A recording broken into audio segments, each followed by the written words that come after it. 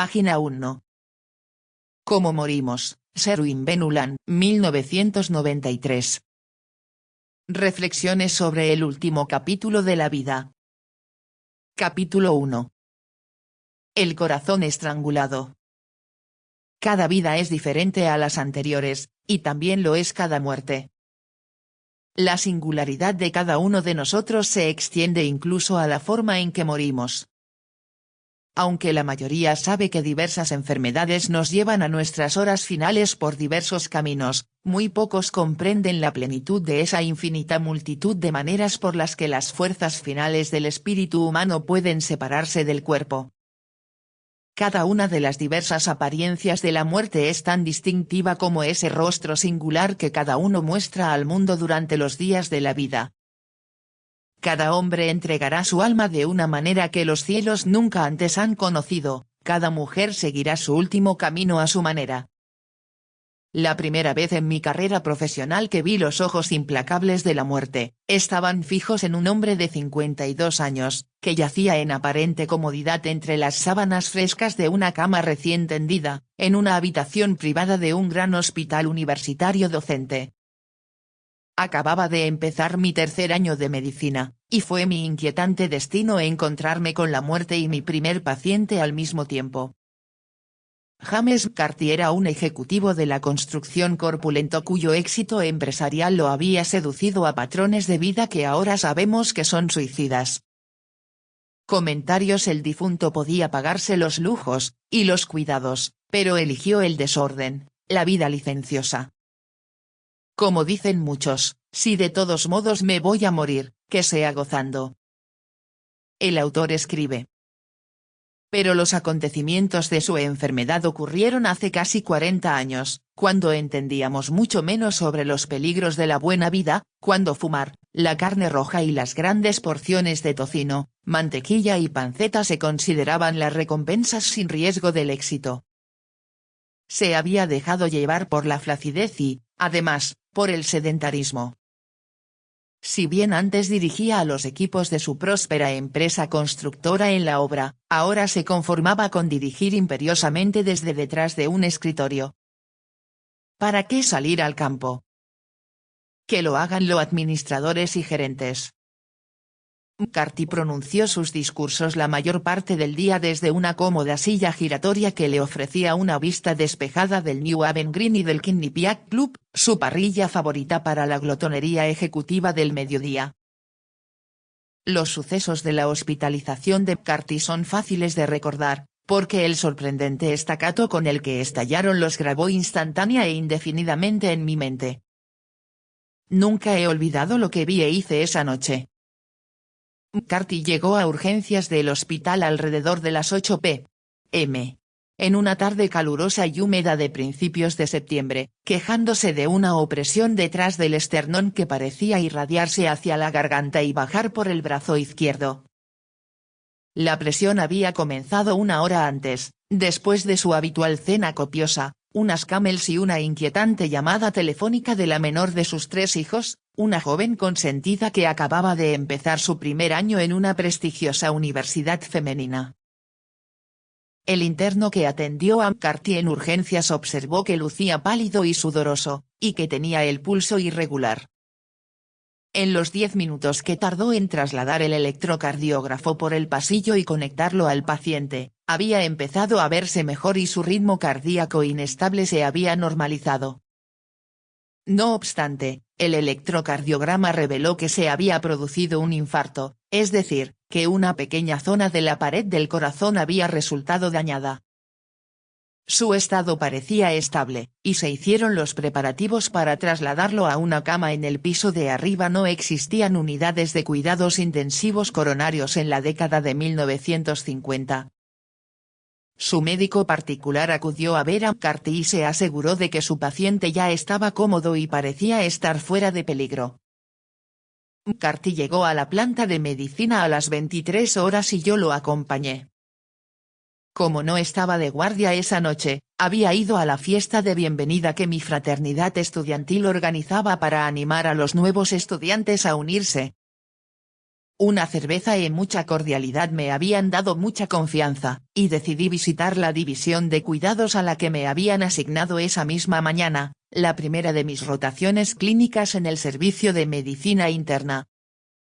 Los estudiantes de medicina de tercer año, que apenas comienzan su experiencia con los pacientes, suelen ser entusiastas hasta el fervor, y yo no era diferente. Me acerqué a la división para seguir al interno, con la esperanza de ver una emergencia interesante y de ser útil en todo lo posible. Si había un procedimiento inminente en la planta, como una punción lumbar o la colocación de un tubo torácico, quería estar allí para hacerlo. Al entrar en la división, el interno, Dave Bascom, me tomó del brazo como si se sintiera aliviado de verme. ¿Me ayudas? Joe, el estudiante de guardia, y yo estamos ocupados al final del pasillo con una polio vulvar que va mal, y necesito que hagas los estudios de admisión de esta nueva coronaria que va a entrar en la 507, ¿de acuerdo? ¿De acuerdo? Claro que sí. Más que bien, fue maravilloso, justo por lo que había vuelto a la división. A los estudiantes de medicina de hace 40 años se les daba mucha más autonomía que hoy, y sabía que si hacía bien las rutinas de admisión, tendría mucho trabajo en los detalles de la recuperación de McCarthy. Esperé con impaciencia unos minutos hasta que una de las dos enfermeras de guardia transfirió a mi nuevo paciente cómodamente de la camilla a su cama.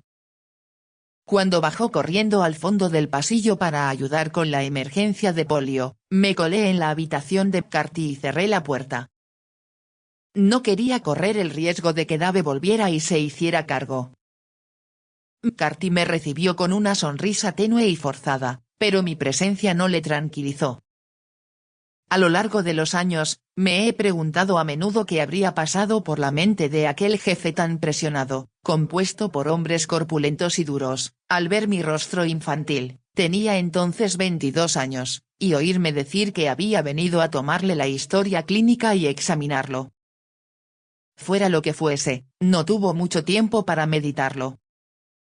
Al sentarme junto a su cama, echó la cabeza hacia atrás de repente y lanzó un rugido mudo que pareció surgir de su garganta desde lo más profundo de su corazón afligido.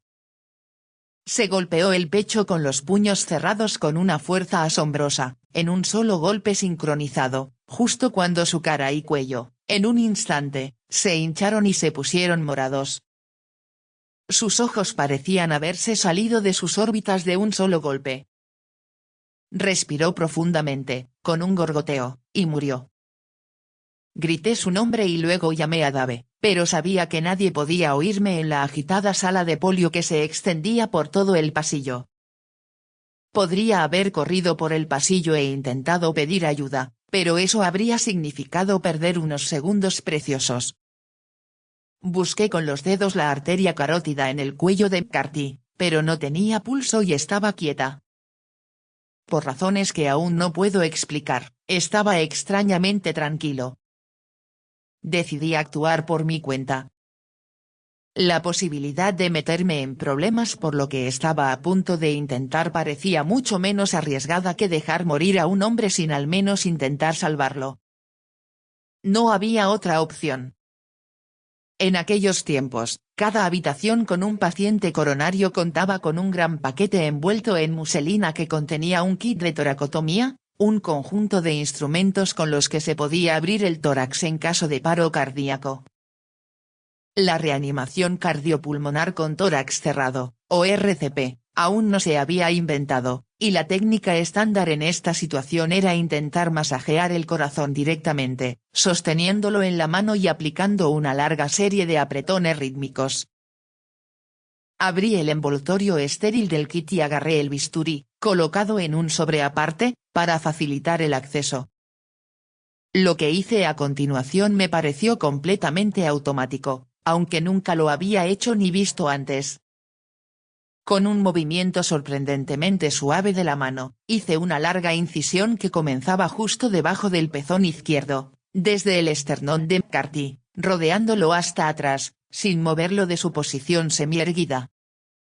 Solo un poco de líquido oscuro se filtraba de las arterias y venas que atravesé, pero no había flujo de sangre. Si necesitaba confirmación de la muerte por paro cardíaco, esta era la solución. Otro corte largo a través del músculo exangüe, y ya estaba en la cavidad torácica. Extendí la mano para agarrar el instrumento de acero de 2 brazos llamado retractor autorretenedor, lo deslicé entre las costillas y giré su trinquete lo justo para que mi mano pudiera entrar y agarrar lo que esperaba que fuera el silencioso corazón de McCarthy. Al tocar el pericardio, me di cuenta de que el corazón que contenía se retorcía. Bajo las yemas de los dedos, percibí un movimiento irregular y descoordinado que reconocí, por la descripción del libro de texto, como la fibrilación ventricular, el acto agónico de un corazón que se está reconciliando con su descanso eterno. Con las manos desnudas, sin esterilizar, agarré unas tijeras y abrí el pericardio de par en par. Tomé el corazón del Sr. McCarthy, que se contraía con tanta delicadeza como pude, y comencé la serie de compresiones firmes, constantes y sincopadas que se denomina masaje cardíaco, cuyo objetivo es mantener el flujo sanguíneo al cerebro hasta que se pueda introducir un aparato eléctrico para que el músculo cardíaco fibrilado recupere su función normal. Había leído que la sensación que produce un corazón fibrilando es como sostener en la palma de la mano una bolsa húmeda y gelatinosa llena de gusanos hiperactivos, y así fue exactamente. Por la rápida disminución de la resistencia a la presión de mis apretones, me di cuenta de que el corazón no se llenaba de sangre, así que mis esfuerzos por expulsarlo fueron inútiles, sobre todo porque los pulmones no estaban oxigenados. Pero seguí intentándolo. Y de repente, algo de horror pasmoso ocurrió. El difunto McCarthy, cuya alma para entonces ya había partido por completo, echó la cabeza hacia atrás una vez más y, mirando al techo con la mirada vidriosa y ciega de los ojos abiertos, lanzó al cielo lejano un grito espantoso y áspero que sonó como si ladraran los sabuesos del infierno. Solo más tarde me di cuenta de que lo que había oído era la versión de McCarthy del estertor agónico, un sonido producido por un espasmo en los músculos de la laringe, causado por el aumento de la acidez en la sangre de un recién fallecido. Era su manera, al parecer, de decirme que desistiera. Mis esfuerzos por resucitarlo solo podían ser en vano. A solas en esa habitación con un cadáver, miré sus ojos vidriosos y vi algo que debería haber notado antes: las pupilas de McCarthy estaban fijas en la posición de una amplia dilatación negra que indica muerte cerebral, y obviamente nunca volverían a responder a la luz. Me aparté del desordenado caos en esa cama y solo entonces me di cuenta de que estaba empapado. El sudor me corría por la cara, y mis manos y mi corta bata blanca de estudiante de medicina estaban empapadas con la sangre oscura y sin vida que había rezumado de la incisión en el pecho de McCarthy. Lloraba, con fuertes sollozos temblorosos. También me di cuenta de que le había estado gritando a McCarthy, exigiéndole que viviera, gritando su nombre en su oído izquierdo como si pudiera oírme, y llorando sin parar con la frustración y la pena de mi fracaso y el suyo. Página 7.